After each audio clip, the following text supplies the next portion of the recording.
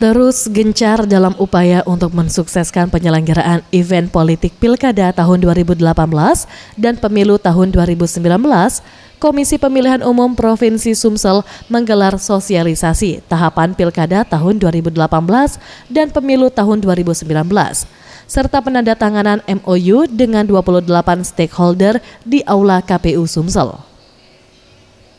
Dalam kegiatan yang dihadiri oleh ratusan peserta yang berasal dari dunia pendidikan, media massa dan elektronik, dan instansi lainnya, dibuka langsung Aspahani, Ketua KPU Provinsi Sumsel.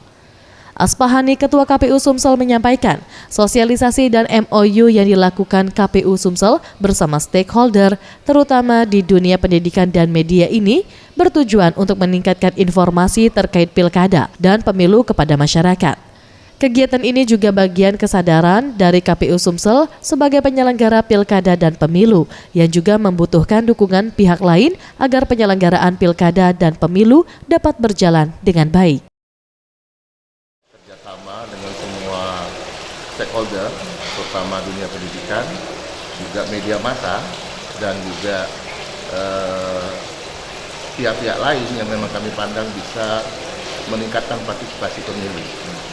Jadi MOU ini adalah bagian kesadaran kami bahwa tidak mungkin KPU bisa melaksanakan proses pilkada ataupun pileg-pilpres itu dengan baik kalau tidak didukung oleh semua pihak.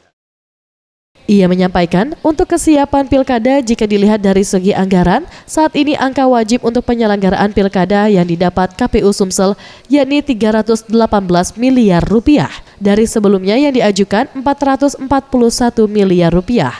Kendati demikian, KPU Sumsel akan mengupayakan sosialisasi dengan berbagai cara demi suksesnya Pilkada 2018. Anugerah Sandi Pratama, Sriwijaya TV.